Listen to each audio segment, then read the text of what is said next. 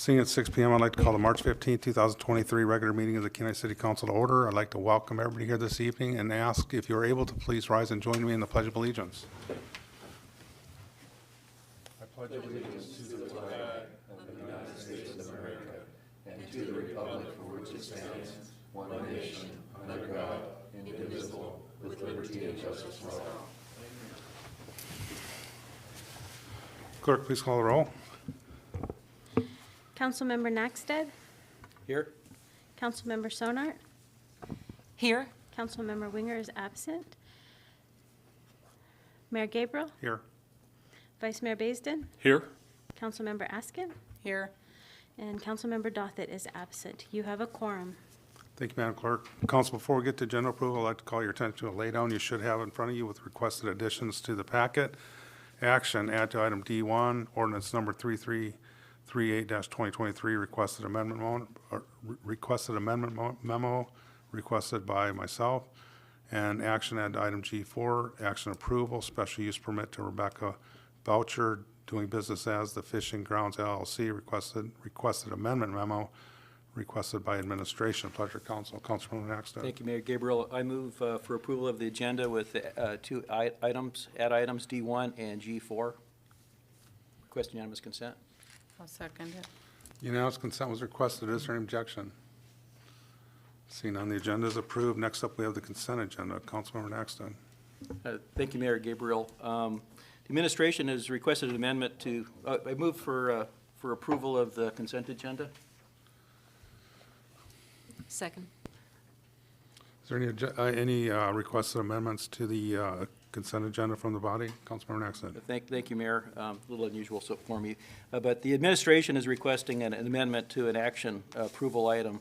I'd like to remove the action item for the special use permit to Rebecca Bodetcher, doing business as Fishing Grounds LLC for operations of a snack gift shop inside the Kenai Municipal Airport. Request unanimous consent. Second. Thank you. Madam Clerk, would you please read the consent agenda into the record, please? Thank you, Mayor Gabriel. Approval of the regular meeting minutes of March 1st, 2023, brought to you by the city clerk.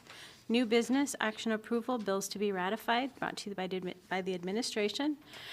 Action approval, non-objection to the renewal of a limited marijuana cultivation facility for Jennifer Huffman, DBA Grateful Bud LLC, license number 16474, brought to you by the city clerk.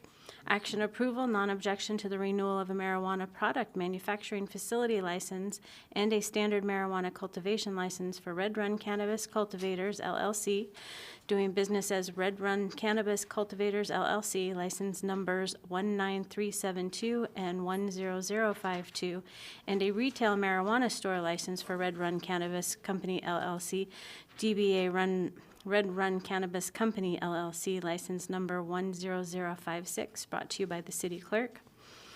Action approval of a special use permit to Pacific Star Seafoods, Inc. for on and off loading fish at the Kenai Municipal Airport, brought to you by the administration. Introduction of ordinance number 339-2023, accepting and appropriating donations to the Kenai Animal Shelter for the care of animals, brought to you by the administration. Public hearing on April 5th, 2023.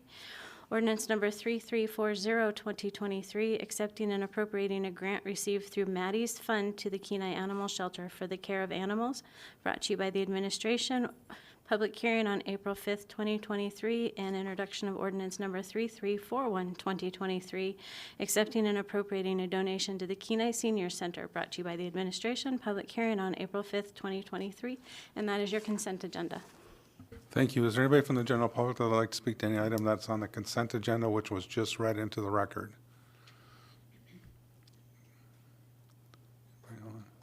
Seeing none here or in chambers, unanimous consent was requested. Is there objection? Seeing none, the consent agenda is approved. That brings us, tonight we have no scheduled public comments. That brings us to item C, unscheduled public comments. Is there anybody in the general public that would like to testify to the council at this time on any item, excuse me, that's not on the agenda or consent agenda? Please state your name and whether you're a resident, excuse me, of the city of Kenai. Ms. Nelson. Is this microphone on? I take it. Pardon me? Is it the circle green? I can't hear you. Is the circle green? Yes. It is, it's on. Your screens block your voice tremendously. Right, Ms. Sonart? Yes, it does. Marion Nelson, 44629 Tower Hill Street, just outside the Kenai city limits. I'm president of the board for the Kenai Arts Center, in case you didn't know that. Anyway, we've had some things go on in the last month. We had big boost, second time we've done this with Kenai River Brewery. And this is tied to the bird show that we had scheduled for this month, of which is on display now through the month. There's close to 100 works of art, and they're in all kinds of media, all kinds of different birds, real or imaginary. So we talked to Kenai Brewing some time ago, and they came up, and we came up with a dandy name, Yellow-Bellied Sapsucker Beer, canned, and that's what was launched at the Arts Center last week or 2 weeks ago now, and it had a rip-roaring crowd. The tune makers were the music for the evening, and the place was absolutely crowded with people going in and out for the evening. I have to also add that City Manager Eubanks was there and blown away by the crowd. He had no idea that that kind of crowd took place in that building ever. So it was artwork front to back, people front to back, and that show continues through the end of this month. Also, last week we had a little more excitement on Thursday. A scheduled presentation by George Kirsch, and I have to say his wife Bev too, but mainly George, who's a wildlife biologist, on birding. He is an incredible birder, not only to recognize birds and spotting birds, seeing birds, but he knows their calls. He's also really an expert bird photographer. His photographs of birds and other things, but primarily birds, are extraordinary. They're just perfect, and I wouldn't say it if it wasn't true. They're as clean as they can possibly be. We have some in the gift gallery part of the building, but last week, he brought 5, 6 examples to show. And then we had a little gas leak on the side of the building, which we didn't notice to begin with, and it wasn't in the building. The smell was outside. And once we realized that, because we had maybe a dozen people in the building and a few people outside that were driving up to the building to park for the program, and the smell was becoming very evident. So we quickly called NSTAR, and NSTAR quickly came over and said, no, everybody out of the building, and we postponed that program to tomorrow night. So if you want to come and hear a whole bunch about birds and how to identify, and he will also include, there'll be some video with that, he'll also include bird call samples and bird call information. I had the good luck to do a bird walk with he and his wife Bev a few years ago when the birding festival was still going on. Along the trail, if you will, that goes from the sports arena to the Soldotna Chamber. And, I could experience just exactly what he's capable of doing. Like, where's that bird? Well, it's right there at the top of that spruce tree, like way over there, but he heard the call, and so he knew exactly what it was. He's just absolutely got the information that makes it fun to know what you're looking at, know what you're hearing in terms of birds. And we're all kind of amateur bird watchers here. So it's a fun program. And then later this month, I believe it's the last Thursday, or Wednesday or Thursday, I'm sorry, I don't remember, Terry Escalin will be a second presenter of birds, and his will be primarily on hummingbirds. He has been focused on hummingbirds for the past few years, and they have many features that are totally surprising, totally surprising. They know feeders. You don't have to educate them as to where the hummingbird feeder is. They absolutely know, and that little hummingbird brain remembers. So that will be fun to hear what he has to say. In the meantime, the show is going on. Next month, it's the annual art show from the students, high school and middle school, where they have art teachers, and approximately work from about 20 kids in each of those rooms. So always a huge show with a lot of siblings and parents. It's a great time. So that's it for me. Any questions? Thank you, Ms. Nelson. Councilmember Sonart. Thank you, Mayor Gabriel. What time is the bird presentation tomorrow night? 6 to 8. Okay, thank you. Any other questions? I have to add, fortunately, Councilmember Axted was trying to attend that program last week, so he was very helpful in terms of passing along information to the city right then and there, and also recognizing that there was just a ton of snow in the canyon, if you will, between the art center and the cabin park, the historic cabin park. That's where the problem was. It had just built up so much along the building. It just, swept up the building and then was leaning on the little building, if you can call it that, that houses the boiler and caused things to tip a bit, and consequently, that was the problem. So anyway, they fixed it quickly, fixed it that evening, didn't charge us anything, nice to know, and away we went. As city manager Eubanks asked me the next morning on the phone, don't you have a boiler in your grant proposal to Rasmussen? Yes, we do, so that's the good news on all of that, Okay. in the end of the story. Okay, sounds good. Thank you, Mary Ann. Yep, you bet. Is there anybody else from the general public that'd like to address the council this time on any item that is not on the consent agenda or regular agenda? Please state your name and just identify whether you're a Kenai resident or not, please. Yes, Jim Duffield. I am a Kenai resident and been in Kenai since 2009, so about 15 years. My kids are high school age and they've grown up here all their life. And the last 3 or 4 years, my son hasn't played hockey. My daughter, she played hockey when she was a little younger. But now he's ready to get back into hockey, and we've found out that all of a sudden the summer ice program's not going to be funded, so you're going to take the ice out of the rink over there. When he was smaller and knowing Vince and them over there, that place stayed packed. I mean, all summer long there were kids using it. Anchorage has ice year-round. The Valley has ice year-round. Nowhere here has ice year-round. The Soldotna Sports Center, they do those shows in the summer, so they have to take the ice out. I think the Homer rink has ice year-round. No. They don't? They shut it down too? But this one's been going on for years, and I mean, if it's a matter of raising more revenue to help supplement that, then raise the fees, or, let's set up a summer tournament or something like that to generate some more fees, because a lot of kids are using it. We've got some really good skaters around here, young people. Again, my son wants to get back into it, and he's got at least 5 of his friends that are playing, and they all want to skate some more. They need that ice time to be competitive when the season comes in. All the kids that they're skating against are getting to skate year-round. So just about like any other sport. It's a nice facility over there. Hey, if you are taking the ice out, then you should at least be doing some sort of program. If it's going to be a multi-use facility, then you should be doing something to have the kids involved in there in the summer anyway. I don't know what else you might do, but if that's what it's supposed to be, then it does need to be used year-round, I think. It's a nice facility. Maybe even since it wasn't necessarily designed to be used year-round, but it has been for a long time. Maybe you start working on a long-term capital budget to close the thing in and make it a year-round type facility.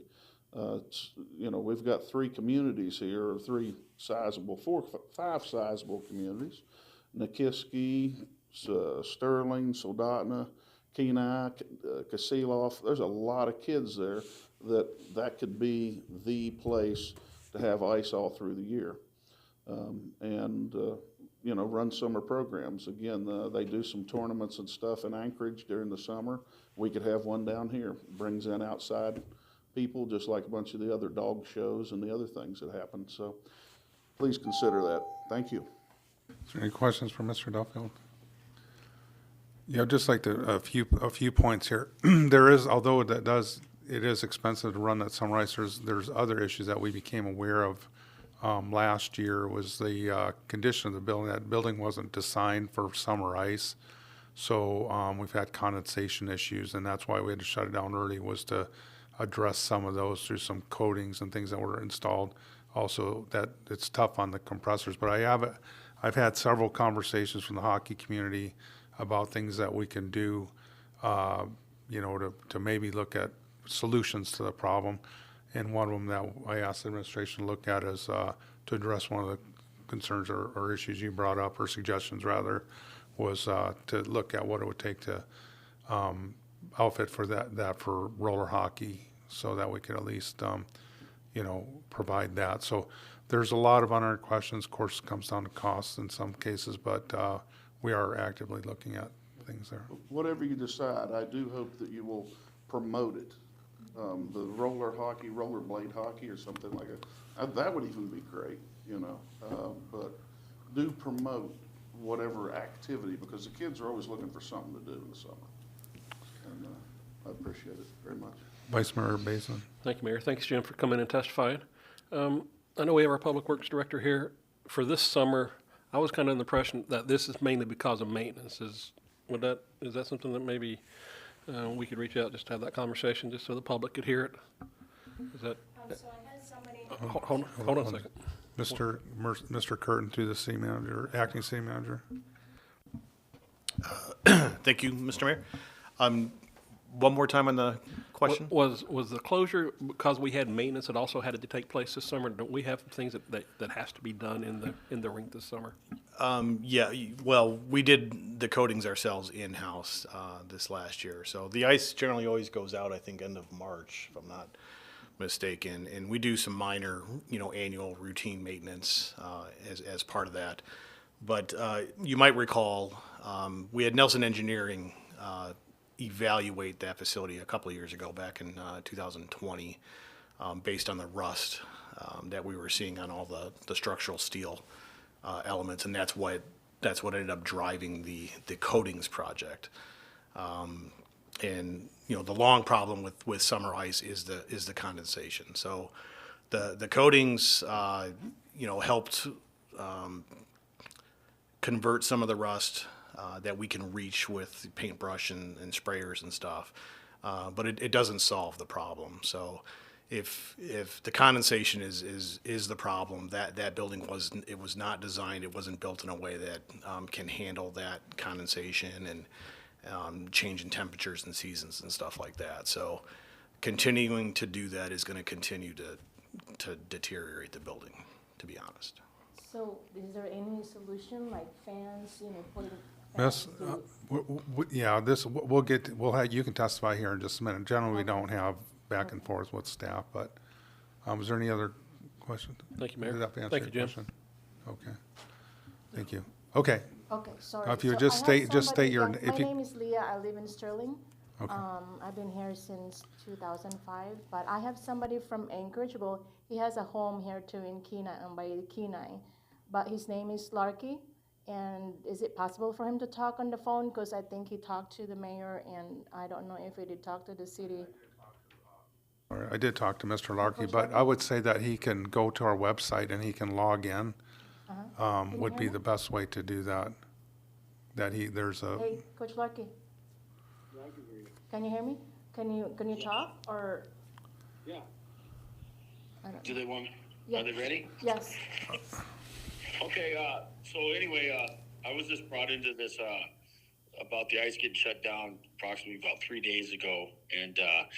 And it was kind of good because I was actually on the committee, one of the 3 people on the committee to save the Bayshore Ice Rink, which was, they were going to tear down, and we ended up building a great ice facility, which we ended up having a team from Texas play the Alaska Oilers outside on the first year that we had it. So it's been a pretty good thing, and the ice is getting used a lot throughout the thing. So I had a chance to try to get involved a little bit, and I've had a chance to talk to some people that said I could use their name, ex-Senator Natasha von Imhoff. She sits with the Ratheson's Foundation, who was talking about maybe being able to fill out a grant for at least $25,000 to try to keep the ice open for this summer. And then I talked to Carolina Schultz, who's a real high figure with ConocoPhillips, and she was concerned about this rink getting shut down with their name on it with kids and stuff, and she was willing to try to raise some money to get the structure back and up and running. So I was just trying to hope that we could try to postpone this shutdown in a few days and leave it open for at least another 30 to 45 days so we could get a committee together and see what we could do to keep this ice rink open. And that's one thing that I wanted to do, is try to stop the ball from rolling here for at least 30 days, which I don't think it's going to hurt it by any chance or in imagination, because the weather's still cold enough where the condensation's really not going to start happening. And we could maybe get a plan of attack with some people that have investments to the property. So that's what I would like to try to do at the start. I'd answer any questions at this time. Yeah, I mean, it is possible to close the rink, you know, but not this early though, because the kids still can't do anything outdoor. And I heard that you guys been closing it like after the spring break, but hopefully we can get something like what he said a little later, so the kids, maybe the ice will melt and the kids can do some outdoor stuff instead of just, you know, what worries me is there are kids there that goes till 1 o'clock, 2 o'clock in the morning. I'm from Sterling. I drive there pretty much every night. Like last night, I was there till 12:30 because my son really likes to play. And there, like I said, there's lots of kids. Do we want our kids? Those are for the community, not for, you know, for the kids. Do you want the kids to go out? Hey, I want to hang out to my friend's house and do some drinking with their parents. You know, they have some booze out inside the house or some drugs. And I would rather be staying there till 2 o'clock in the morning. I have pillows and blankets in my own. Honestly, my son doesn't play here. He plays in California for the Junior Ducks, but I'm here to help the kids. There's most of the time I have 5 kids in my car, dropping them at 1 o'clock with their houses, you know, because the parents doesn't do it. I'm probably the only parents that would stick there and hang out with the kids.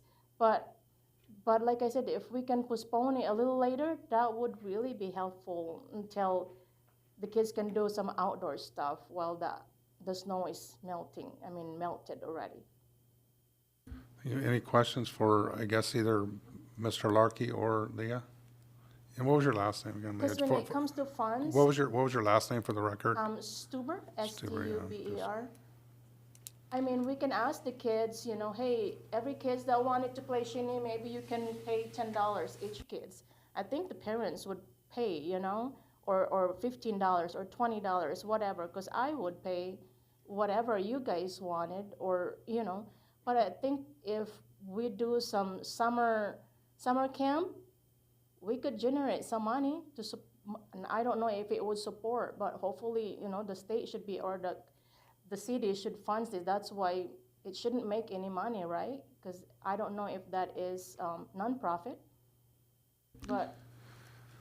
Well, it's a city-owned facility, so it's not a nonprofit. That we own that facility and operate it. Any questions of Ms. Stuber or Mr. Larkey? And just as a follow-up, I did talk to Mr. Larkey on the phone here, just fairly recently, and have asked him to reach out to administration with if there's a proposal to do that. One of the things we look at, especially at this time of year after spring break, and part of the reason I believe, and correct me if I'm wrong, and we have our Parks and Rec director here in the back of the room, is that it gives the opportunity for kids to do something during spring break when they're off, but once they go back into school, hockey's over, youth hockey is over, so we don't have the rentable hours over there that's going on to help pay for it. So you would sit there for quite a bit of the time without being used. So what I've asked, and that being said, is this is something administration would have to be worked through administration. So folks I would suggest they reach out with any sort of proposal to them, to Mr. Eubank, who's our city manager, and sort of work that end of the problem. Well, like when I talked to Mr. Eubank, it's like he was telling me, oh, we did so much for the community. Yes, it is true, but we have to send our kids to Anchorage to do some summer camps because we don't have it here. We used to, what's his name? Vince used to do some summer camps, and kids are excited about it. But like I said, there are kids already driving to Anchorage because, we don't have any ice here during summer. And like for me, I can't drive there every day. I used to because he played in Anchorage for 5 years. I drive 5 times a day in a week. I mean, 6 times a day in a week and 4 times in a week, you know, back and forth, but anyway. So, like I said, if we can put it a little later, that will be, you know, great. Or like what Mr. Larkey said, there will be some funds available to help, probably help with the needs of the rink. Yeah, and again, if that's something that's possible where they can come up with some funding to extend that, I'm sure that's something that. We can it was a- also reach out with the community too. I mean, we are the family that saved the brown bear. We were given 25 Yes. days. We have to come up with 350,000, 25 days, and we did it. I mean, it's good for the community. It's good for the kids, I would say. I don't want my kids to do drugs and alcohol. I would rather do my kids do some hockey, and it helps him a lot too. Not getting depressed, especially with the COVID time, you know. Sure. Yeah, thank But you, anyway, Ms. well, thank you. Thank you, Ms. Stuber. Appreciate you You have any testifying. question? Ms. Larkey?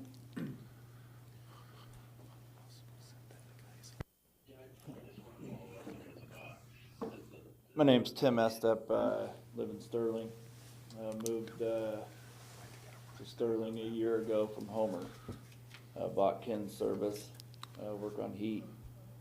And the reason why we moved here was because you guys had almost year-round ice.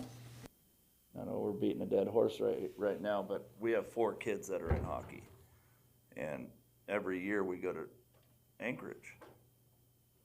I just don't see that that is beneficial to our community. We should be having this stuff here. You know, we need to do whatever we need to do to get our rink up and run it so we can compete with these kids and give our kids the best chance that we can. You know, Redford's daughter's a Division I hockey player, and she is a heck of a coach. She has taken my kids from this level up to this level in a short period of time, and she loves it. And Vince is a heck of a coach.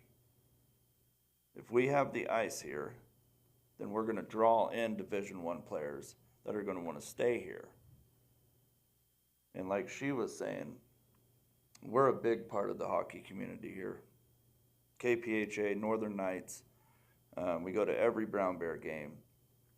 You know, the winters are long here, but the kids love hockey because we're in Alaska. Not a lot of tall kids here. You know, you got to get to the city for that to play basketball. But here we play hockey. I've got many people, you know, in the hockey community. I got 4 kids. You can imagine the bill on that. It's expensive. You know, I don't want to take my kids somewhere else. We love it here. But there's a lot of people with lots of kids, with lots of money, that if it's not here, they're going to go somewhere else. We have to go to Anchorage and spend thousands of dollars every year to their camps, the Seawolves camp, every other camp. Stay in hotels there. Just spend more money somewhere else than here. So we need to get together, put a number. What number do we need to keep the rink open? Do we need to tear it down and build a new one? I'm sure our community would get together and do that if you guys would back us up. You know, give us some numbers. There's a lot of smart people in the hockey community. You know, a lot of money's running through it. It's an expensive sport, but I've talked to hundreds of people, and you know, we need to get this going. We played roller hockey before. It's just not the same. You know, you want people coming here and getting on ice. You know, and it can go year round. That place will be packed with the tourists, with everybody. You know, I know that we can flip the bill and then some. So obviously it's an important agenda. I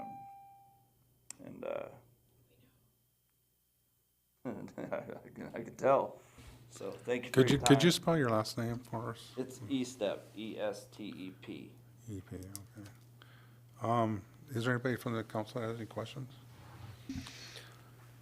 Vice Mayor Basin. Thank you for your testimony. So I guess discussion-wise, and I'm looking at our directors in the back, if funding's no issue, does this facility still, I guess my question is, do we still need to close this facility down because it was not built for year-round use, I guess is my question. So I don't think anybody up here doesn't want to provide ice to the kids, but I'm kind of under the impression that we still have timeframes that the facility needs to be closed for maintenance just because of the way it was designed. So if this group come and funded everything that needed to be done, is there still an issue with us having to close the facility down? It's not just a funding issue. Am I thinking of that correctly? Can I ask that question, Mayor? Yes, Mr. Curd, to the acting city manager. Through the mayor, thank you, Councilman Bazin, for the question. Yes, I mean, this facility, the problem is this specific facility was not built for year-round operation. And there's several factors that are in that. So, I mean, if year-round ice is the desire, we need to build a new facility that can accommodate that. The facility that we have is great for doing certain things. It just doesn't do well for summer ice, and it's for a variety of reasons. You know, when they build year-round ice rinks, they build them in a way, you know, so for an example, when you drive down the highway and you see frost heaves and things like that, well, we have refrigeration pipes that are in the concrete. You can't let those run 12 months out of the year without having some protection underneath them that prevent the ground from heaving. So one of the reasons why we let the ice go out at the end of March is to allow that to happen, so that we're not pushing that frost deep down into the ground, which then runs the risk of heaving and causing the concrete slab to crack, which the ice is on. The condensation is the most brutal in the spring and fall months, when the dew point is at a certain range and we have all the humidity and moisture. And you folks have seen it, you've been in there, and it's like watching the kids play in fog. Well, that fog penetrates every part of that building. It gets to places I can't reach with a paintbrush, I can't reach with a paint sprayer, and it causes rust, and rust is deteriorating the steel that's on there. Year-round ice buildings are generally, you're spending a lot of money to create that, so that generates a lot of utility costs. So those buildings are generally really well insulated to lower those utility costs. That building has no insulation whatsoever. If we were going to go in and try and add insulation to it, one of the structural problems is the steel building was not built to accommodate a snow load that is appropriate for a building that is holding additional snow on top of the structure, because now it is insulated and that snow is not able to melt off. So it's not one thing, there's multiple challenges with it. And these steel buildings, they don't lend well to remodeling. So to go into these buildings and then try and turn them into something more than what they were intended to costs more money than it does to just do a new building. So I'll give an example. If we wanted to add a 6-inch insulated panel to that roof, all of the roof purlins and girts that support that would have to get bigger. Okay, that additional load goes to all the beams. The beams would have to get bigger, which go to the columns, which have to support the heavier load of those. So the columns have to get bigger. That goes all the way down to the concrete foundation, and the piers that those down now have to get bigger to carry the heavier weight of the columns. So that's what you run into. You chase this thing all the way down, and you get to this point where you just need a new building, is really what ends up happening. So if the true desire is to have year-round ice, it would be in everyone's best interest to develop a capital project, a future capital project plan, to do just that. And we can involve, the community. What size do you want? Do you want locker rooms? Do you want restrooms?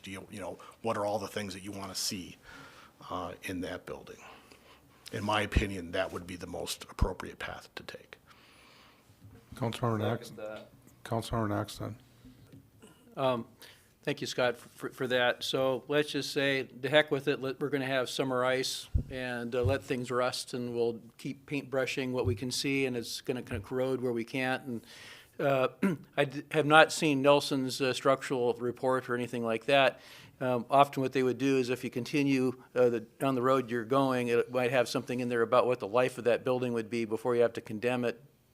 Is there a number like that, a range, if we just went ahead and did it? Mr. Curtin. Through the mayor, thank you, Councilman Nackstedt. So in 2020, when we were doing some maintenance work, we rented a lift. I brought in Nelson, and we actually got them up where he can actually go through the facility and not from the ground, but actually up on an aerial lift and go through and test some of the steel. I do have the report with me that you're free to look at. It's been a few years. We did provide it to council, and I think I put in my bid month the after photos from when we painted it and things like that. His initial report implied that if we didn't do anything, that we had about 2 to 4 years before some of the purlins would likely start to rust through. And the fear with that was you get a winter kind of like what we got this year, that the rust would weaken those to the point where they would start deflecting and coming in. And then the ultimate fear is if and when any of those fail, we have to close the facility. It becomes a safety issue at that point. We now have to shut the facility down. So at that time, he put out 2 to 4 years just based on what he was seeing. This is his best guess. Us putting the coatings on without changing things was going to take that 2 to 4 and maybe turn it 5 to 10, based on the work that we've started to do. Eliminating the summer ice gets us beyond that. If we can eliminate the condensation issue, which is the source of the rust, if that goes away, then that building with the coatings potentially would last beyond 10 years without major structural work taking place. But that means the buildings. Vice Mayor Bazin. Thank you, Mayor. So, and this, I guess, the final question. The time frame here that we work from on whether it closes next week and when it opens back up, is there a time frame that we could reduce and still achieve what you're trying to do with the building? Does it have to be 4 or 5 months? Can it be 2 or 3 months? I guess is this time frame optimal of what you're at now? Is there any give in that time frame to help keep the ice for the kids longer on either end? Mr. Curtin. Thank you, through the mayor. Possibly.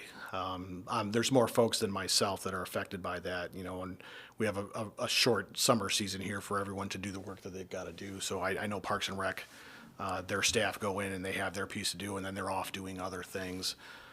We all are aware we have the dip net fishery that we start preparing for at the end of June, and so we have these time frames that our staff is doing certain things. So moving things around a week or two, yeah, potentially. I don't want to speak for Brad, but yes, I mean, we likely could do that. We're still rolling the dice though, again, because it's not a year-round facility. So we still run the risk of if we get too much frost into that ground below the rink, that you run the risk of that heaving. So as everything around the building starts to thaw and melt, and that water goes into the ground, and we're freezing that, if we get that below the rink too far into the subgrade and that goes, we run the risk of that concrete heaving up and cracking and causing more expensive and extensive problems. Year-round rinks, that the ground is fully insulated on top of the ground and then the refrigerant cables. That gives you that added protection. It's just an added cost. It's extensive because you're doing it over the entire rink. Ours just wasn't invested in that way. They didn't spend that much money when they built the rink. So does that answer your question? Sorry, I'm doing the best I can. No, thank you. Again, I'm just, it's not a funding issue. It's just the building was designed for it not to be used year round. So I guess, we're listening to what the staff brings to us, and it's not that we don't want to have your kids in there and all the other kids in there. It's just the way the facility was designed is what you're telling me from the expertise and from the engineering and everything else that you've got. And that's what I was thinking whenever this was taking place and I was having these conversations. Well, I think it sounds like, as we're putting a lot of money into something that's gonna fail. So I think, as a remark of the best idea would be to build another rink. And how do we go about that? I know the community would back it up, raise the tax 1% or something.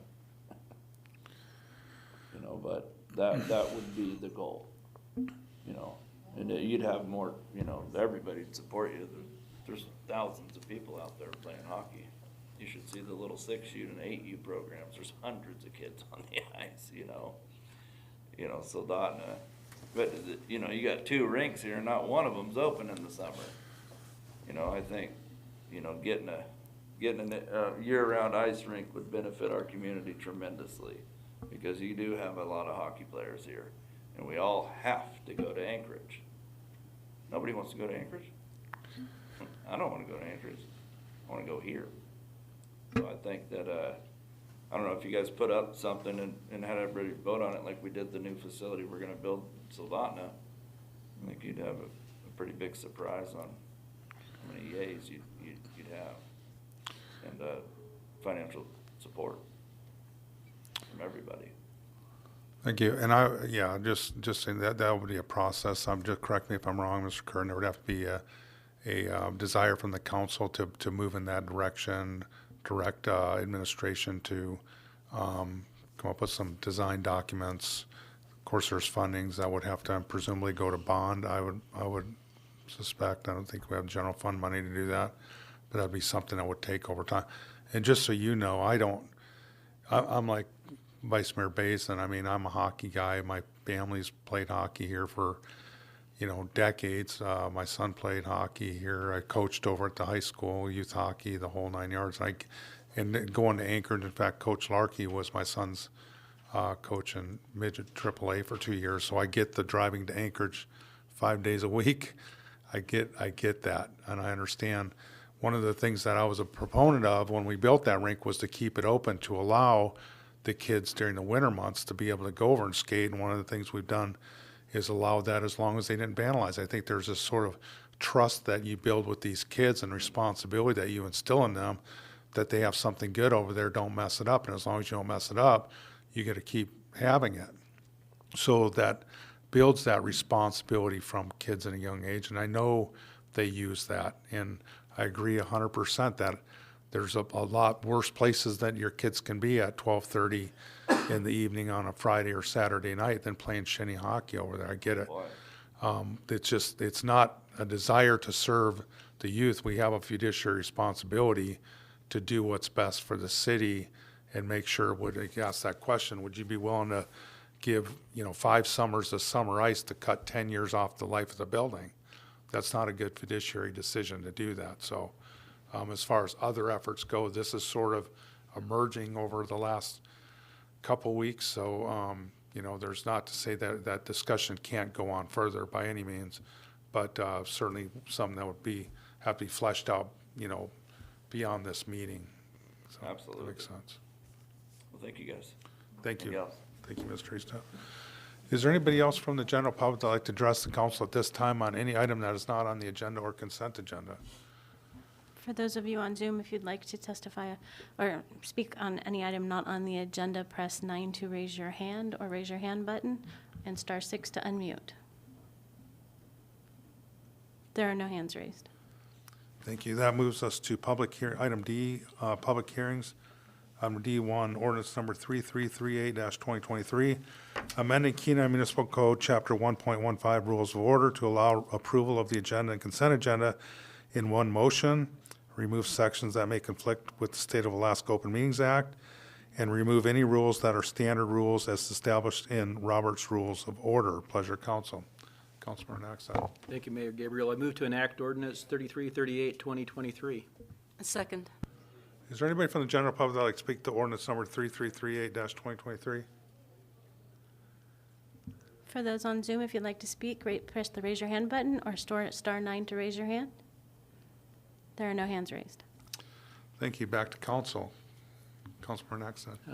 Thank you, Mayor. I'll go ahead and make the motion that you provided in the packet here. Thank you. Okay.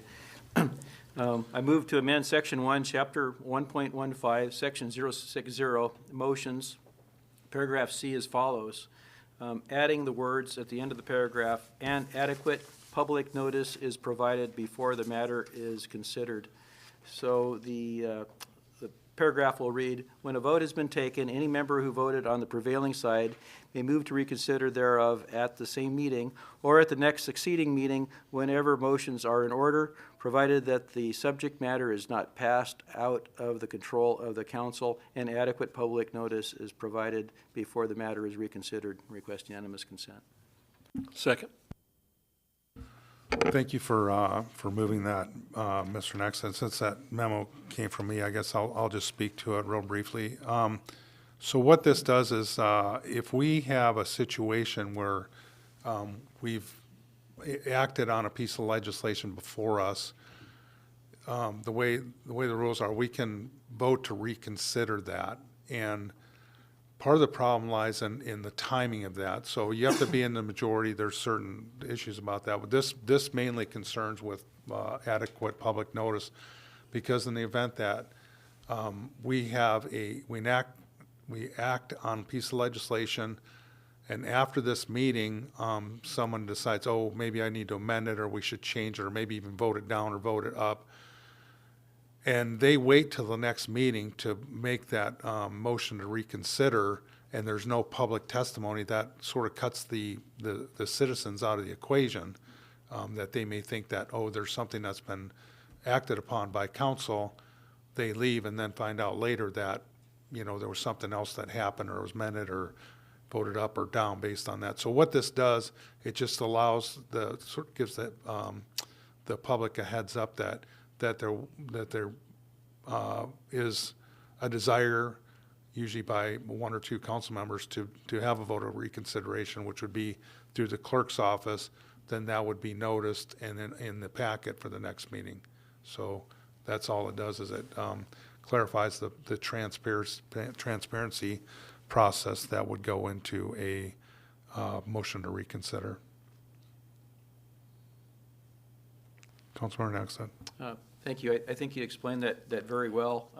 I had a question of the clerk, and I guess I could put words into her mouth what she said, but the basic question had to be with, and what you said is exactly right. I mean, if you move to reconsider, if you're on the prevailing side, in a reasonable amount of time, it can be published for the next meeting. But I could, if we pass this ordinance, and I'm going to vote for it, most likely, but at the next meeting, which is in 3 weeks, I could move to reconsider at that meeting. And but then we couldn't reconsider it then, so you'd have to advertise for the next meeting, so it'd be then the following meeting. So it'd be out a month. And normally these things become law in 30 days. So I presume that it would be, maybe that just kind of splitting hairs there, but is that correct if we're to go that scenario? Ms. Sander. Thank you. Through the mayor. Yes, if the motion to reconsider was to pass at that following meeting, that would put the enactment date on hold until that reconsideration takes place in a public meeting. Yeah. Just for my, would it be another 30 days after it gets reconsidered again? Yes, so Okay. after it's enacted, it would be another 30 days before it's effective.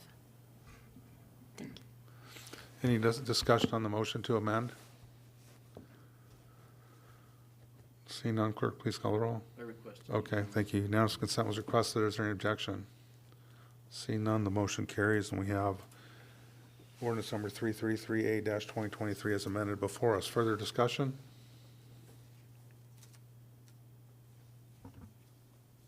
Councilmember Nexon. Yes, just a comment, and not to take up too much of our time here, but I do appreciate the adding this scheduled administrative reports in our agenda. I think that's a great idea. Thank you. Further discussion? Seeing none, clerk, please call the roll. Councilmember Sonart? Yes. Mayor Gabriel? Yes. Vice Mayor Baisden? Yes. Councilmember Askin? Yes. Councilmember Naxted? Yes. You have 5 yes votes. Ordinance 3338-2023 is enacted. Thank you. Next up, we have item D2, resolution number 2023-22, authorizing a budget transfer in the Waste and Sewer Capital Project Fund, Public Works Department, Water Division for additional SCADA-related services. Pleasure, council. Councilmember Naxton. Thank you, Mayor Gabriel. I move to adopt Resolution 2023-22. Second. Is there anybody from the general public that'd like to speak to Resolution 2023-22? Seeing none here or online, we'll bring it back to council. Comments, deliberation from council. I'd ask for unanimous. Unanimous consent was requested. Is there objection? Seeing none, resolution number 2023-22 is adopted. Next up, we have resolution number 2023-23, requesting State of Alaska funding support for Wildwood Drive Rehabilitation Project. Councilmember Askin. I move that we approve Resolution 2023-23. Second that. Is there anybody from the general public that'd like to speak to resolution number 2023-23? Seeing none here or online, we'll bring it back to council. Comments from council? Vice Mayor Basin. Thank you, Mayor. Maybe just through the acting city manager and our streets department, maybe an overview of what this is. Acting City Manager Pryor, do you want to defer to Mr. Curtin? Yeah, Mr. Curtin, would you speak to this? Mr. please? Curtin. Through the mayor, thank you. So what we have here, this is the Wildwood Drive Rehab Project. So this is from the Kenai Spur Highway down to near the entrance of the correctional facility. It's about 2,300 lineal feet roughly as far as distance. When we started the project, we did some geotechnical investigations, soil borings, and they kind of confirmed our worst fears that road was really not constructed on much of a gravel base. And the result of that is with the design for rehab, we're having to go in there and essentially excavate out 3 feet-ish of the bad material and come back up with new gravel for the majority of the distance of 2,300 feet. So that is what's driving the additional costs. I can tell you we have been working with the state legislature, mayor, myself, and the city manager actually had a meeting here this past week. So we are seeking some of their assistance, and this came up at that meeting as a request from them, showing council support in the request for the funding. So I'm hopeful we're going to get their assistance. So thank you. Vice Mayor Basin. Thank you, Mayor. Thanks for that. So last night I picked up a little bit on the boroughs meeting, and they're going to be looking at trading some roads, borough and state. Has the city ever looked at whether this would be maybe something that we should be looking at also, to where if we've got something we could trade them and they take this over, would it benefit them, and we've got something that we could take over to benefit? Have we ever done anything like that with the state? Mr. Curtin. Thank you, through the mayor. The only one that comes to mind is Beaver Loop. So when we did the restoration on that road, part of that agreement, DOT funded, managed, and completed that project, and part of that arrangement was we would take it over for long-term maintenance. So we have done that. I'm not aware of others, perhaps. Anyone? Yeah, but, yeah, I might be able to speak to that. So, yeah, Forest and, around the loop there it's Readout, but Forest and Readout was done, there was an upgrade, a pave and upgrade to curb and lighting, and then turned over to the city. But I'm not aware of any, land, specifically road swaps between the city and the state DOT. Yeah, Mayor, and you probably know what I'm talking about with your previous position, and I think for an example, it's like, it seems like the escape route's going to be traded for some other smaller roads, and I'm just wondering, it seems like this is one of those roads that's, I mean, I know we have residents on it, but it's mainly used by state traffic to get back and forth, and maybe there's nothing that, do all trades, I guess the trades that the borough and the state are going to do, they're trying to come up with something that's beneficial to both sides, but I was just wondering if there's anything out there that we have that they would rather, take care of, or vice versa, but maybe there's not, in our situation. Yeah, and that's a good question. But as you know, I'm retired from DOT, and I was actually involved with the version 1 of that proposal or road swap with the borough. And that, you're right, the escape route was put on there. Generally, the state, they're more focused on collector roads as opposed to, although we, like I said, we used to do readout and force, that was turned over to the state after the upgrade, but they also have right now Strawberry, which sort of borders the Kenai municipal boundary there. And I would, the only one that I would think that would be, would have been worth a swap would have been Beaver Loop.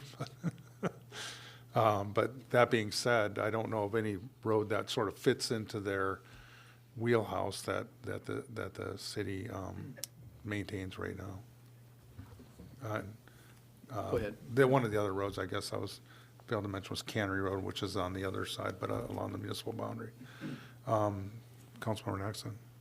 Yeah, we probably don't have much to trade, like the borough does, but hopefully, you know, we can continue maintaining this if the state comes and helps us pay for it. It does remind me of, well, when we talk about fair and all that, the possibility is always then to give it back to them, to the state, and that might sound kind of surprising and brash, but I do recall a letter from DOT trying to give the borough some of their roads because they didn't want to maintain them anymore. How Booty being one of them. Here, after this date, you know, we're done. It's all yours. And well, they didn't go too far. I don't suggest that we do that, but at some point, if we can't get funding for this, then maybe the state needs to take responsibility for the whole road and its maintenance.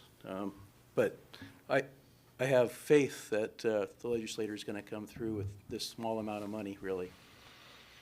Mr. Carton. Yeah, I was just going to say thank you through the mayor. Yeah, we are hopeful. This, you know, I was going back through some records, and I've got, you know, this has been noted as the worst road in Kenai for almost 20 years, going back on some records that I've had. So we had a formal road survey done in 2009, and it's listed as the #1 road from 2009. But I also have some correspondence that goes back to, you know, 10 years prior to that. And we just have never been able, you know, there was other reasons why the road was left that way, but it's time. I mean, my staff generally tries to keep those potholes, you know, manageable, but it's, you know, we have patches on top of patches on top of, I've got 2 feet of patches on it looks like a quilt out there when you're driving around, most of it. So it's time. So, and I think we made that point pretty clear in talking to them, and really in the grand scheme of things, in the DOT world, $600,000 for a road rehab project is probably gonna be one of the smaller ones they actually do in the year, if they do fund it. So fingers crossed. And just another side note when we're talking to, and I don't mean to speak for administration, but just from my previous experience, is that road, and correct me if I'm wrong, but we're basically been operating on our prescriptive right-of-way on that road, and the fact that we don't own the right-of-way, and the Kenaitze, the KNI, I believe, owns the adjoining properties to that road. But I will say that down in Homer, I was aware of a maintenance agreement that you know, could work in an opposite, but the state of Alaska did Pioneer Avenue as a maintenance on that, and then got paid from the city. So it might be worth it to work out an agreement or some sort of agreement where we do the maintenance and maybe get something in return from the state, because it does primarily serve their facility. And in the fact that we don't own the road, we can always probably just, you know, wash our hands of it if you know, if it really came down to it. But that's something that I would maybe leave up to administration to pursue. Further discussion? Unanimous consent was requested. Is there any objection? Seeing none, resolution number 2023-23 is adopted. That brings us to unfinished business. Resolution number 2023-15, amending the city council selecting and appointing a qualified person or persons to fill vacancies on the city council policy number 2021-01 and renumbering and renaming to city council policy number 20.220, filling council vacancies by appointment. And there is a clerk's note here that at February 15th, 2023 City Council meeting, this resolution was postponed to this meeting. A motion to adopt is on the floor, and I would also note that there is a substitute resolution included in the packet, substitute resolution number 2023-15, repealing City Council Policy Number 2021-01, selecting and appointing a qualified person to fill vacancies on the City Council, and adopting City Council Policy Number 20.220, filling council vacancies by appointment. So there is a motion to approve on the floor. Councilmember Naxa, would you like to move the substitute? Thank you, Mayor. I move to substitute Resolution 2023-15 with Resolution 2023-15 substitute. Second. Is there anybody from the general public that'd like to speak to substitute resolution 2023-15? Nobody in chamber or online, so we'll bring it back to council. Comments from council? Maybe I should ask Ms. Sainer to give a little overview of what we're doing here. So we still have the motion on the floor to amend by substitute. So do we want to finalize that? Request unanimous consent. Thank you. Thank you. Unanimous consent was requested. Is there objection to from the body for moving the substitute? Seeing none, I'll defer to Ms. Sainer. Thank you.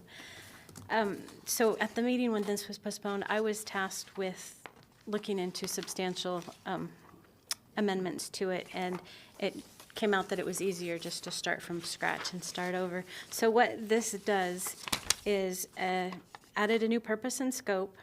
It clarified the advertising requirements so that we know that it's advertised adequately, that we get enough notification out there for the public.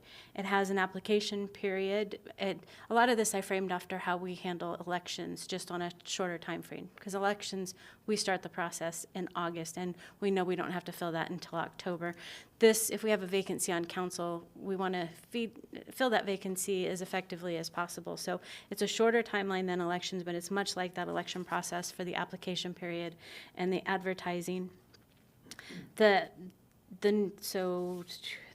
those are 7 days. So it makes it so 7 days after you guys declare the vacancy, I should be running the first advertisement if I can meet publication deadlines to do that.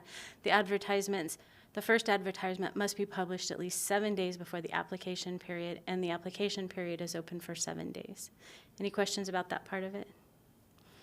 Okay, and then we added a applicants section, and it establishes that the applicants must complete an application and include a financial disclosure statement. That wasn't in our previous policy, but that is in our code, so we may as well just get it in the policy. The candidates for the office are not, okay, so in the previous policy required that they submit a letter of interest and a resume. That's not required of our applicants, so we removed that requirement from this, but we put it in as encouraged too. So that would be up to the council when they're considering the applicants, what they submitted regarding their letter of interest or resume. It clarifies my role determining the eligibility and adds a new step where I notify the applicant. If they are not eligible because they're not a resident, they haven't met the residency requirement for the number of days, then I would notify them, or I would also notify them that they're eligible. And that was new. And then the scheduling interview section was expanded to clarify that the meetings will be conducted and noticed according to charter and code, and there's a new process that would have interview questions developed by the city council or a subcommittee of the council if they so choose to do it that way. And would ask other applicants to not stay in the room while we're interviewing others. However, because of the Open Meetings Act and that these are open, they could refuse to go and stay in the meeting. And establishes that the applicants will be interviewed in the order that they applied. However, the council can choose to change that order. So that was a good example, is if an applicant refused, you guys could move and put them to the beginning of their interview process. And the appointment procedure section has been expanded to include procedures based on the numbers of applicants. So I have sat through a process where it took 12 votes to select one person out of 4 applicants. So the beginning process of that would be a point system, and the lowest point getters would be removed from the process until we get to 2 applicants where we can go to a straight voting process. Any questions of the city clerk? Councilmember Nexton. Oh, easy question. I want to say that the appointment procedures that we had here before hurt my brain. This is easier to handle. I was trying to figure out all the different scenarios, and then, I'd go down one rabbit hole and the next, and I do understand. So, but I kind of have a question. I think you answered it for me before, but 2 applicants, let's say we just have 2 applicants, we're at that point. That means for one position, there's 6 of us here, and we're split 3-3. And let's say, because we voted on the 2, kind of like it indicates 2 applicants, open seat, go down to paragraph 3. Council members will be given a ballot of the names of the applicants remaining, and the clerk will gather the ballots and read them aloud. And so we're tied. So we go down to 3, and we've done that, but we're tied. What do we do next, and how do we know what we do? So in the appointment procedures section, sorry, through the mayor, in the appointment procedures section, paragraph 2, there's a sentence in there that says if any time during the voting process there is a tie and the tie isn't broken after 2 votes, the tie shall be broken by lot as provided in Kenai Municipal Code or Charter. So that would be how we stop that tie process. It would have, if it tied twice, then we could go to the lot by lot. And we get to decide what that is, if it's a flip of a quarter or straws or? I think by unanimous, the council can decide if it's a draw of straws or a flip of a quarter. Further discussion? Request unanimous consent. Unanimous consent was requested. Is there any objection? Seeing none, substitute resolution number 2023-15 is adopted. That brings us to item G4, which was pulled from the consent agenda. Action approval, special use permit to Rebecca Boucher doing business as the Fishing Grounds LLC for operation of a snack gift shop inside the Kenai Municipal Airport. Councilmember Nexton. Thank you, Mayor. In our packets, an amendment from administration and from Eland Conway. And I'll make that motion now. I amend the terms of the paragraph of the special user permits as follows. Basically replacing the word "for" with 12. So the paragraph 2 would read, under term, the term of this permit shall be for 12 months, commencing on May 1st, 2023, and ending on April 30th, 2024. Request unanimous consent. I'll second. Is there any discussion on the motion? Unanimous consent was requested. Is there any objection? Seeing none, the amendment is approved. Back to the original action approval, special use permit to Rebecca Boucher doing business as the Fishing Grounds LLC for operation of snack gift shop inside the Kenai Municipal Airport. Council Vice Mayor Bazin. Thank you, Mayor. Maybe just a question for staff. Is this a typical type of agreement that we do? Is there anything different than we've done in the past to rent these spaces out through the city manager or airport manager? Oops, sorry, Mr. Breyer. Mr. Conway, you want to, airport manager on the agreement? You want to speak to it? Mr. Conway. Through the mayor, thank you, Vice Mayor Baisden. This is in line with the gift shop that we had an agreement with last summer. The difference here is that this is for 12 months, the maximum amount of time period for a special use permit. Thank you. Can I follow up? Yes. How successful were we with the last agreement like this? Is it working pretty good for the airport? Through the mayor, thank you, Vice Mayor Baisden. The operating hours that the last operator had were not ideal. Despite that, there was a significant amount of revenue generated versus over the vacant space. So I'm encouraged by the operating hours that Ms. Betcher is proposing, that we'll see a tremendous amount of success this summer. Thank you. Further discussion? Request unanimous consent. I don't know if we ever made a motion to I don't think we ever made a motion to actually, we did amendment, but we didn't do the actual motion, Mr. Naxted. Oh, we didn't do a motion to approve it. Is that correct? I'm sorry, I got Councilmember Naxted as the original motion, and then another motion to amend, but I didn't get who seconded the first motion. I second. Thank you. So we did have a motion for approval and for the amendment. Yes, So do we need to, have we done the motion to approve after the amendment? not yet. That's what I thought. So we need the Okay. vote. Yes. Yes. Councilmember Naxted. But so unanimous consent was requested? Yes. That's where we're at. Okay, very good. I thought, very good. Unanimous consent was requested. Is there any objection? Seeing none, that action approval item is approved. That brings us down to item G9, action approval, approving a memorandum of agreement for the use of the Alaska Regional Aircraft Fire Training Center for the calendar year 2023. Councilmember Raskin. I move that we approve the memorandum agreement for use of the Alaska Regional Aircraft Fire Training Center for 2023. Second. Discussion on the motion? Vice Mayor Basin. Thank you, Mayor. Mayor, through the city manager to the airport manager. Again, I know we've had some changes take place over there, and it looks like you've had some good conversations with the state of Alaska. Feelings on, is this going to be a successful way of going? I mean, this is short term, or is this long term, and what we're looking at with these changes with the ARF fees that I see here? Mr. Conway.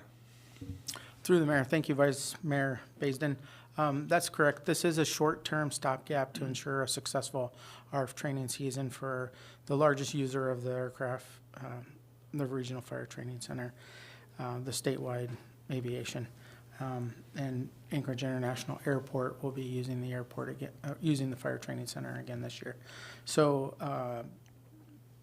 to answer your question, long-term, the airport's working to try to find another operator to replace the operating agreement or a similar operating agreement that Beacon Occupational Health and Safety Services had and ended in December of '22. Thank you. Further discussion? Councilmember Naxted.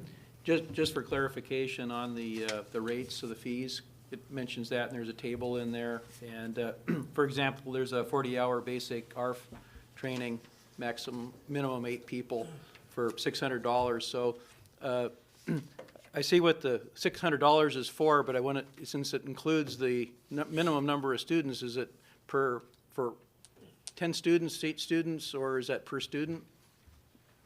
It for 40 hours for a week? Mr. Conway. Through the mayor, thank you, Councilmember Naxted. That is a per student rate. And those are the minimum number of students. What we're trying to do is capture as much of the operating cost as possible for that facility. It is significant. And the minimum number of students was, for that season, October through April, is to help recoup the additional costs to heat the slab for the spill fire.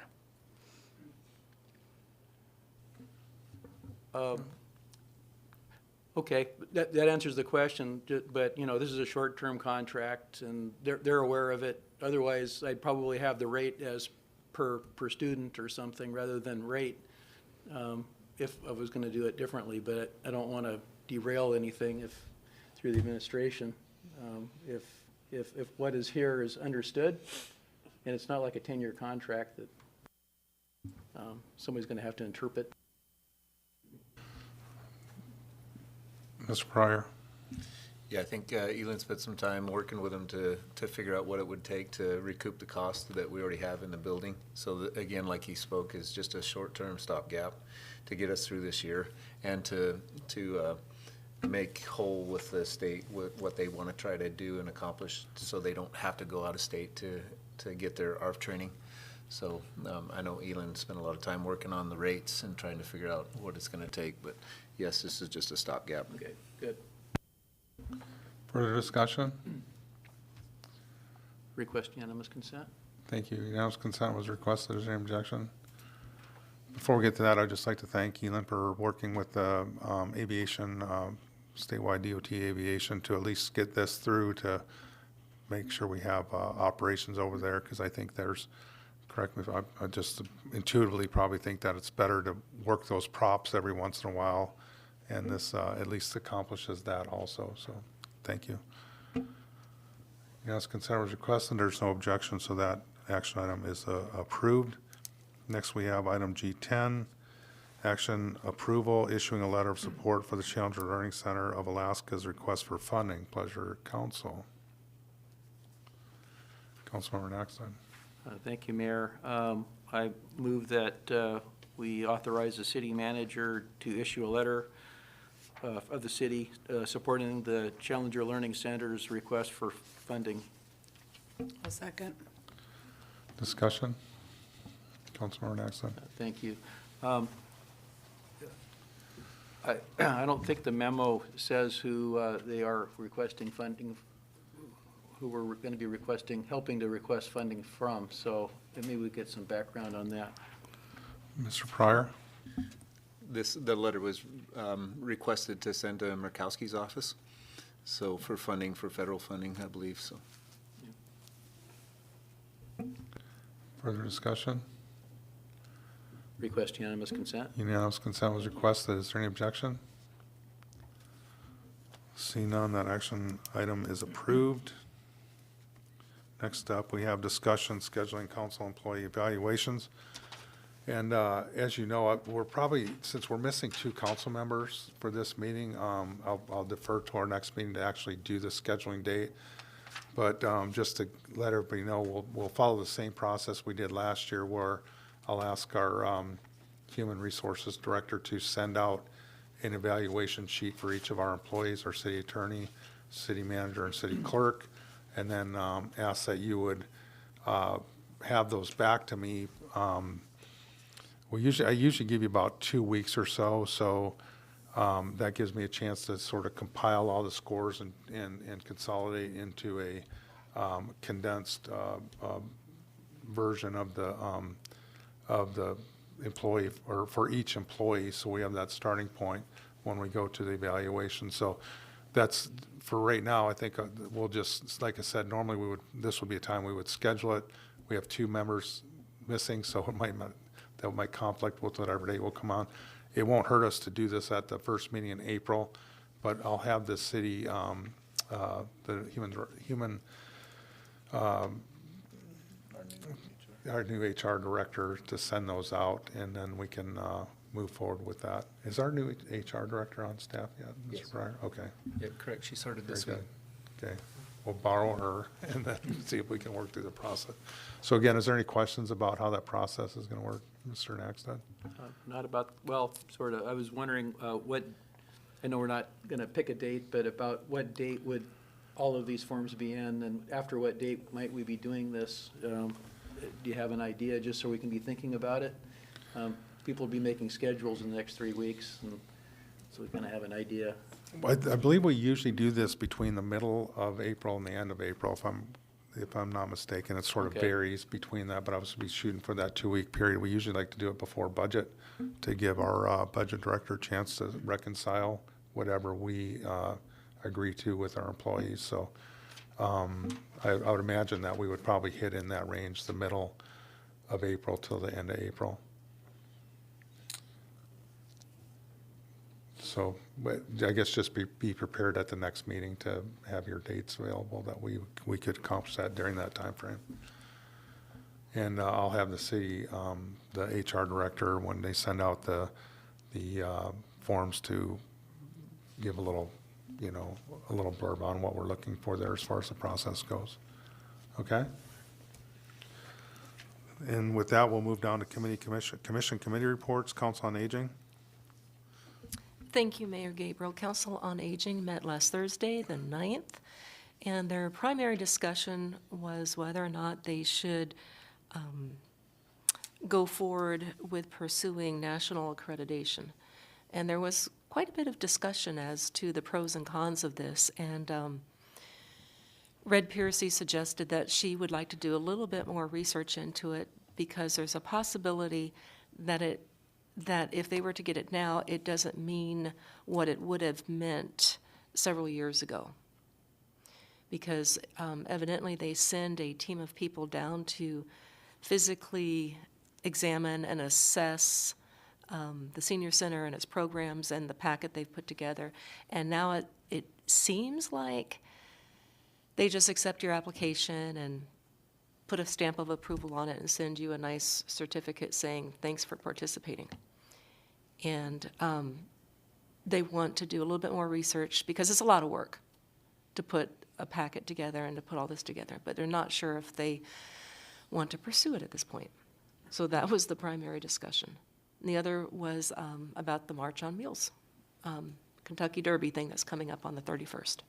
They're all very excited about it, and I got the scoop of what one of the auction items is, and my lips are sealed. Cluck, cluck. That seems a little unfair. Oh, chicken pot pie, I suppose.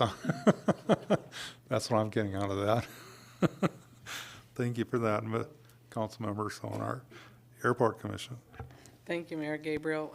I heard today too what the secret was, so I think I'm going to add to it.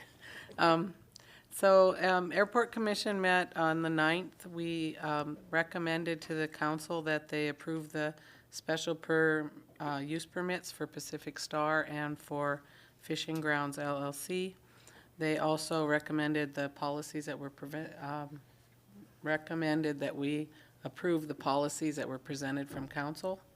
And they have a work session scheduled for tomorrow at noon, and our next meeting is the 13th of April. Thank you. Harbor Commission? I don't think we'll have a report there. Parks and Recreation Commission? Thank you, Mayor. Parks and Rec had no jokes about chickens when we met on the 2nd. It was after our meeting here. They would have had they had a quorum, but they had election of chair and vice chair, and since they just barely had a quorum, they felt that it would be best to postpone that until their next meeting, so they could have more members there to do that. They had unscheduled public comments from an individual, Rebecca, and trying to read my handwriting, it's either Landborn or Lamborn, and she is an anthropologist. She's been trained here in the local area, and she was talking about Kenaitze fish pits and Barabaras and stuff like that, and in particular it had to do with Municipal Park in that drainage, No Name Creek area. There's quite a few in there, and it had to do with permitting and whatnot if we're doing some stuff like that. But she seemed very knowledgeable, pretty interesting. She teaches at KPC. Pardon me? She teaches at KPC. Okay. Frankly, I didn't know what her credentials were, but she was knowledgeable. So She worked with Alan. But anyway, she talked for quite a while. But she works quite closely with our parks director and all of that kind of stuff. So they're connected there. And then they had three new business items. Two of them had to do with some of what we're discussing tonight. Shelley, our clerk, was there to help along with that. They had a discussion regarding the approval of amendments to procedures for commissions, committees and council on aging. They had no changes on that. And also they had a discussion item recommending city council approval of the student representative, and they really didn't have any well, actually they did. They wanted to include connection kids, and I think Shelley is probably looking at how she might include that in there. So thank you for taking time out of your evening after a very long meeting the night before, and she was there for the whole meeting. The other item had to do with a presentation from Parks regarding their summer maintenance plan, which was not just a couple of paragraphs. It was multiple pages of each park, each thing that needs to be done and when, during a break. It was pretty, there was a lot there. And I was quite impressed with that. It's a good checklist for getting things done as you go. One of the things they did talk about was the Field of Flowers, which is maybe has several other names now since it hasn't been pretty flowery. But was reminded to the commission that it's the first year when it was planted, it was very nice. The next year was not quite as nice, and then it's just weeds have been a problem. So it's going to need to be tilled up repeatedly over a course of a couple of years, and maybe something added a little bit and then reseeded, and then it would start over that whole process again. Marion's in the background here. She knows more about that than I do. But anyway, that is what those experts tell us. So there's just lots of weed seeds, and that's the only way to get rid of them. So their next meeting will be April 6th. Thank you. Planning and zoning, Commissioner? Thank you, Mayor. The Planning and Zoning did not have a meeting because there was no agenda items. Their next meeting is March 22nd. Very good. Beautification Committee? We won't have a report from. Under report of the mayor, I do have a few things here. So I was able to, at our last meeting, our city manager, Terry Eubank, had mentioned that he was going to have lunch with Peter Yvonne, who is the executive director of the Comanche Native Association. So I did asked if I could be a third wheel on that and was graciously invited. So I did, was able to sit down and spend some time with him. I was been trying to connect with him since before Christmas, and then he was on vacation. I ended up going on vacation, I think. So it was a very good lunch meeting, and kind of flesh out some of the items that are important to both council and the Comanche Native Association. One of the things that was discussed was the playground over there and some of the ways we can work forward on that. And then he gave us a pretty good overview of some of the things that they had going on and where they're at with some of their projects here in the local area. Last Friday I did, I think it was, Saturday actually, I don't know if you might have gotten an invite to from the owners of the Brown Bear, what they call the Brown Bear House over on Tinker Lane, which is across from the Kenai Middle School. They've remodeled that and turned that into a bed and breakfast. So I was able to go over there, a little reception, and did a great job with that. It's a really neat building. It retained a lot of the characteristics from the previous owner. They did a lot of work in there. Obviously, there was a big vault that they had to take out, but did a great job on it. And it was fun to meet with those folks and kind of get their plans and look at their finished product. I did want to point out that if some of you may have heard that the sport fish and commercial forecast came out for Upper Cook Inlet fishing season for 2023, and what they've done is because of the low abundance of kings and the low projection of king numbers, which are not planning on meeting their minimum optimum escapement goal, that they're actually starting off the late run king salmon sport fish season as closed. So and what that does is that triggers, there's a paired restriction within the management plan that if the Kenai River is closed to late run sport Chinook harvest, then the east side sednet fishery automatically closes. Which is a pretty big deal. It's never happened before. I've been commercial fishing for 40 years in Cook Inlet sedge netting, and it's never happened. In addition, there was a closure for the Northern District for sedge net also. I did reach out to the commissioner to see if he would come down here and meet with the stakeholders, because I think it's important that this is the time of year where those businesses look at spending capital to fix equipment, buy new motors, possibly new gear, hire deckhands, those sorts of things. So he is receptive to that. He'll be down here, I think, starting Friday with the Board of Game. It's meeting in Soldotna to look at game issues and regulations for Unit 15. So I'll connect with him and see if we can further that discussion, because it's important for our folks to know, at least have an idea so they can make a business decisions based on information that he can provide. And then the last thing, which I was sort of scooped on, but not really, I totally expected, was the pie auction, March 31st. So hopefully we won't have another meeting before then, so hopefully we'll see everybody over there. And with that, we'll go to administration reports. First up, we have our acting city manager, Chief Pryor. All right, thank you, Mayor Gabriel. First, it's our chance to kind of brag on our employees. And I know Terry gets a chance to do this often for everybody else, but not himself. So I'm going to take a second to brag on him. Once he took over, he took the opportunity to meet with every department head, and we had the chance to sit down with him, and he wanted to know the status of where we were at and how he could support us in each one of our departments. And I know not just myself, but many other department heads appreciated that, because he really wants to do what's best for us to help us out, to make us successful. So I appreciate that. Another shout out to Scott Curtin and the Streets Departments for their efforts in removing the snow from the sports fields at KCHS. I know the spring soccer, track, and softball are getting ready to begin, and they appreciate the help in getting everything done for their season prior to it. So if you'd pass that on, I appreciate it too. We had a call last Thursday at about 1700. Dispatch received a call from a woman in distress that she was stuck on the beach, and the water was coming in with the tide.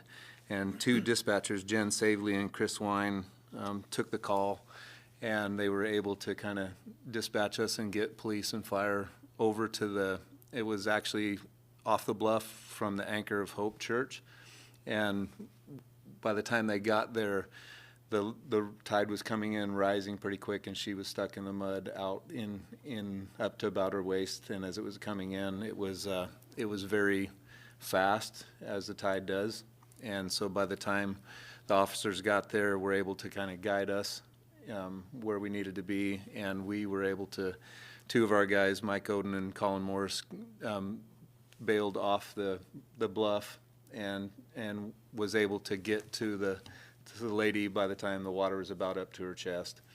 Oh, boy. And she thought she was stuck in the mud, but she wasn't actually. She was floating by that time, but she couldn't feel her legs, so she was probably within a minute of probably being overtaken and succumb to it. So we had a good rescue, and we ended up being able to get her out, but then we had a rope rescue, which took us a little time because she couldn't walk and move her legs, so we had to send guys down with rope rescues to get her and bring her back up. And then the police and fire guys were able to rig up a mechanical advantage and pull the Stokes litter and our rescuers up the bluff with her. So that equipment we use was really nice. But Sergeant Jay Schongren and officers Jones, Smith, Holman, and Swangle all helped us.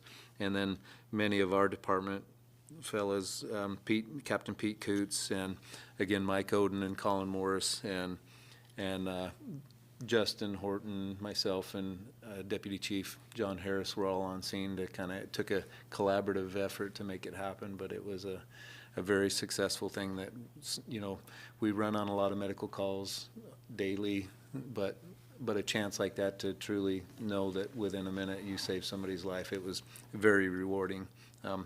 Moving on, the Bluff Stabilization Project has reached 95% design completion on February 23rd, and USACE staff is now coordinating their final review.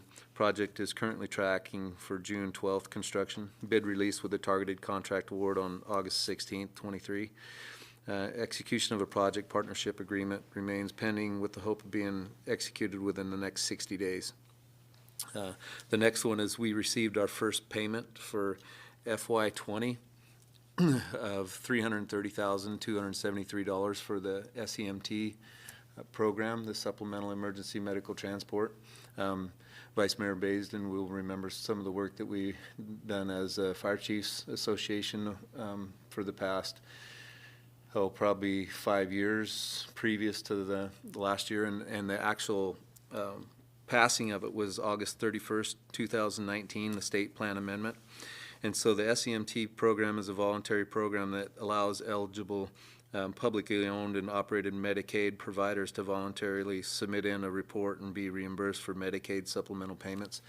And that what it is it actually gives us the opportunity to see everything that goes into calls per service and what it really costs us to do those. And it's a long process that we went through at the fire department with helps from finance, and submitted in ours, and this first payment that we received is only for a 10-month period, and it's only 56% of what we're going to get. So we've also submitted in FY21, which I expect we'll have word on very shortly. but it should be around the same, if not just a little bit more. And again, that's a 50% or 56% payment initially, and they have within 3 to 5 years to finish their final audit to do them. And then those are the years that we had ARPA funds, the provider relief funds that came in. So the 2022, we've also submitted in for FY22. We're just waiting on the comprehensive financial report to finish doing some housekeeping things that ties everything back to that document for them. And so we anticipate that one to be as much as the FY20 and 21 combined. So it's an additional revenue that I don't think was really planned on, but it's a welcomed revenue. But that's it. Thank you, Chief Pryor. Any questions of the acting city manager? Councilmember Nexon. Since we've got you here, and I mentioned this before the meeting, as I was on the Spur Highway, and this isn't a city manager question, but it's about your department, frankly. There's a fire at a residence on Spur Highway over by the middle school over there. There's firemen all over the place, all of that. And you told me a few things about that. You saved the structure, but could you give us some information on how quickly you guys got down there to do that? Mr. Pryor. Councilmember Naxted, yeah, we received a call last night for a structure fire in there. It started in a kitchen area, and the residents quickly got out, but from the time of the call till we were on scene and putting water on the fire was 6 minutes. So it was and we're fortunate because of the geographical area that we take care of. We usually have a fast response, and so we were able to get there and make entrance into the structure and get water on the fire, which it had spread quickly from the way the building was built, and some of the things on there, not necessarily sheetrock, but a lot of wood in there, so it spread pretty fast. But we were able to get a good knockdown and save most everything in there. Some cosmetic things that they'll have to maybe put new sheetrock up, but the structure is. Sorry, I should have had that on. But it was again, we had an auto aid agreement that we have with CES, so they were able to come and provide a tanker with additional water for us, and our crews did a great job, and we needed the police department to block the road for us because of the location of it, but everything worked out really good. We had a great stop. Thank you. Any further questions of the acting city manager? See none, we'll go to city attorney. Is Mr. Bloomsdahl online? No. Okay. And with that, we'll go to our city clerk, Ms. Sainer. Thank you, through the mayor. So as you heard a little bit, I've been attending the board and commission meetings to give them the report on the student rep policy and the committee, commission, and council on aging procedure policy. There's still 3 more committees to go through: harbor, beautification, and planning. And once they go through all of those, then I'll bring it back to you in a form of resolution with their recommendations. Thank you. I'm available for questions. Any questions of the city clerk? Seeing none, we'll go to additional public comment. Is there anybody from the general public that'd like to address the council this time on anything? Anybody online? Okay, seeing none, we'll go to council comments. Councilman Raskin. Thank you, Mayor Gabriel. Watch for the ice out there. There's still a lot of ice. Other than that, I don't have anything. Thanks. Thank you. Councilmember Sonart. Thank you, Mayor Gabriel. So I got to play with the orchestra 2 weekends ago. First time in 3 years that the Kenai Peninsula Orchestra has been back together. It was a link-up concert series for the local elementary schools. We did a concert here in Kenai, and there were 4 or 5 elementaries participating. Aurora Borealis, I know I'm going to miss somebody, Kaleidoscope, Saldana L. I know I'm going to miss somebody. But then we did the exact same concert the next day down in Homer with the Homer Elementaries participating. And both concerts in both communities were very well attended. The auditorium here was almost packed. So it was very successful, and it was great for the kids. They got to sing along with the orchestra. And thank you to all the elementary music teachers that have been working on this program in their classrooms and curriculum for several months, getting it ready and prepping the kids. And it was a good thing. After 3 years, it was good to be back together. Looking forward to the 31st, the big Kentucky Derby banquet, and got my pie menu ready to go. It's going to be a chocolate bourbon pecan pie. And I've ordered my hat, so there is now peace in my household. My hat has been ordered. Thank you, Mayor. Thank you. I was going to ask about the hat, so thanks for that. Vice Mayor Basin. Thank you, Mayor. I'll start off with thanks to Chief Pryor for sitting in for the city manager. I like your report. I like hearing the things that the fire department and police department does, all of our departments, but I get excited when I hear you talk about those things. Brings back good memories, and we're fortunate to have a good group protect this city. We take for granted what they do for us, and those type of things we need to talk about more. They need to get all the accolades coming their way because they do great work. Kenai Central High School basketball. The boys and girls teams both are going to state along with the cheerleading squad. So they're practicing all this week. Next week they'll be up in Anchorage starting Wednesday. So if you don't have your tickets, you should go up and support them. It's going to be fun. Streets department. You guys, your streets department does great work here. This winter was amazing. I think what they did to the roads, and then you move over to the soccer fields and the turf, and you clear that out. I probably got more positive feedback because of that project and what they did over there, and it's a big deal for this community. They're over there practicing right now. There is no other soccer field in the state that the kids are practicing on right now, and it will pay dividends. Boys and girls both were out there, so it's great. So I personally need to come out and do something for the streets department. I will, because they went out of their way, and the amount of snow they moved that day was pretty impressive to watch. So that's neat. I mean, I walked the field an hour before he came over here, so it even got me out, getting my little fat butt out there walking, so it was good. I do, I don't know, maybe we ought to do, if there's something that we can do dealing with the ice rink. I look at the ice rink just like I do the soccer fields. Getting those open and keeping them open for kids is important. I know we have, we got snow when it comes to soccer, and we've got all the condensation when it deals to it. If we can reduce those windows, I think it's important for us to try to do that if we can. That's a conversation we probably ought to have. And I don't know if we're going to be able to meet the public's expectation and keep it up year round, but if we can close that window down a little bit and give them more ice time, I think it's a positive thing. I know there's a cost associated with it, and the fees are not going to be able to cover the cost, but maybe there's enough corporate support out there that would help offset it too. I think we should do that. And I did like the memo that we got from our city manager dealing with him finding some temporary help with Larry Simmons coming back to help him as the finance director. I don't think we can beat that. Maybe he should keep Larry as long as he can. Thanks, everybody. Agreed, yeah. So I responded to that right away when I got that email from Mr. Eubank, for sure. Councilmember Nexon. Yeah, Larry Simmons was quite a pleasant surprise when I got that memo, and that was something I was going to mention. What a great guy, and he'll be able to help us through that quite a bit. I did want to thank Tony Pryor once again.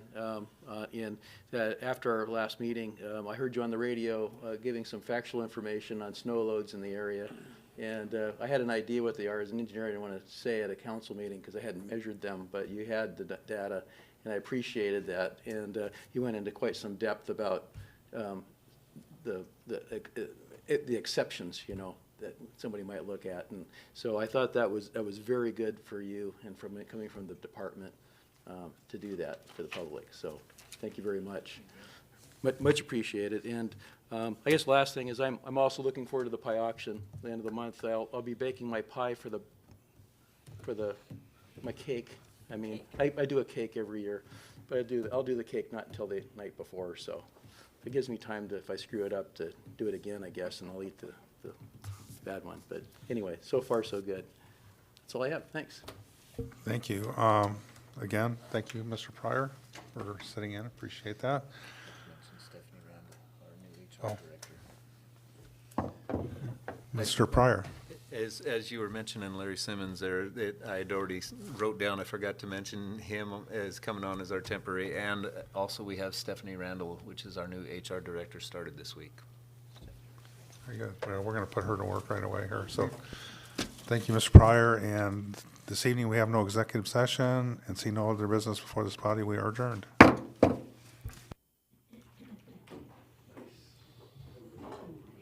Goodbye.